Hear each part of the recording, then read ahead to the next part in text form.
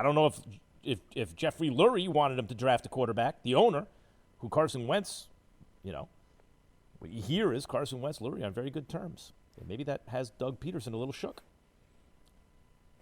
I have heard from reliable sources that it has the locker room a little shook, or at least it had about a year or two ago.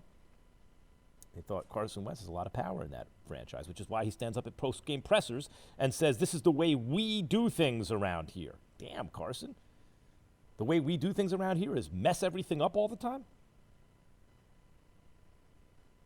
When Doug Pederson says, I'm the one who makes that decision, I think they're reacting to me saying that he didn't want to answer the question. He evaded the question.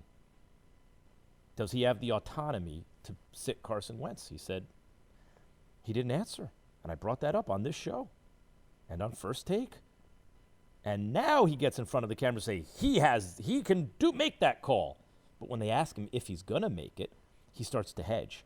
First, he doesn't want to be definitive about whether or not Carson's going to start. But then he realizes there are forces above his head that the way I read that, I might be wrong.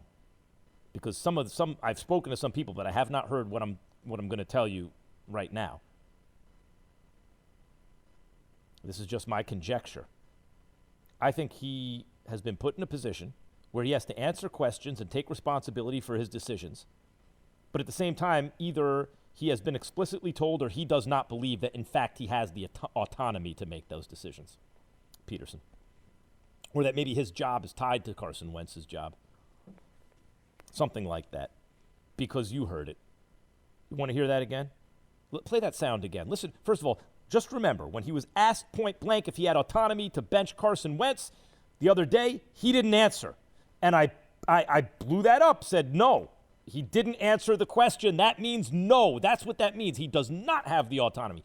Playing Jalen Hurts, benching Wentz, I think it's too late. I don't think it matters anymore. I think Carson Wentz is gone. He'll never, he's been enabled and told he's so great, all that, and it didn't have to do. He should have been really looking in the mirror in the offseason, really doing soul searching, really working on his mechanics, his decision making. But all he heard about was how great he was. I was the only person saying Carson Wentz is no good. Me and the general manager who drafted a quarterback in the second round. For Monday. Right? Yes. Listen. Yes. After he said he was just, but before that, he won't answer the question. Then they put it to him point blank, and he could barely get the yes out of his mouth. Carson's your hear starter it? for Monday. Yes. Yes.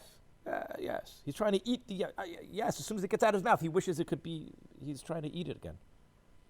And that was after he evaded the question. He avoided the question before that. I'm focused on, first of all, he brings up whether you move on from the quarterback as a franchise. Then when they say, he said, today, I haven't made that decision. They said, what about Monday? He said, I'm focused on now. He wouldn't answer. And then finally they put him to a point blank and he barely can squeak a yes out. It's not about, or it wasn't about a month ago or 3 weeks ago when I said they need to bench Wentz. It wasn't permanently. It wasn't about Jalen Hurts gives him a better chance to win. I'm sure he's showing them very little in practice, which is why he hasn't had a shot yet. It's because you must hold the quarterback accountable to the team. You must. This is football 101. It's easy. Hold him accountable, unless he has a direct line to the owner. Then it's hard to hold him accountable, right? Donovan McNabb was sat down in the middle of a season. Andy Reid sat him down. Donovan McNabb led the team to an NFC championship appearance that same season. He was held accountable, and then he led the team to an NFC championship appearance. Carson Wentz is not only not held accountable, until very recently, he was told how great he was. No matter what he did. You know why DK Metcalf says he wants them to bench Wentz? Yes, he believes they have an easier time beating Jalen Hurts than Carson Wentz, and he's right. Of course Carson Wentz is better than Jalen Hurts. That's not why you bench him. You have to sacrifice that week to save a quarterback's career, to save your own franchise quarterback, to save your own future. You got to hold him accountable. The Eagles refused to do it, and I believe it's because Wentz has that whole organization shook because he's got Jeffrey Lurie on his jack. He got him, can call him whenever he wants. In the old days, you would have said on speed dial, but now everyone just touches a button and a guy gets called. In the old days, I would have said he has Lurie on speed dial. Thanks for watching ESPN on YouTube. For live streaming sports and premium content, subscribe to ESPN+.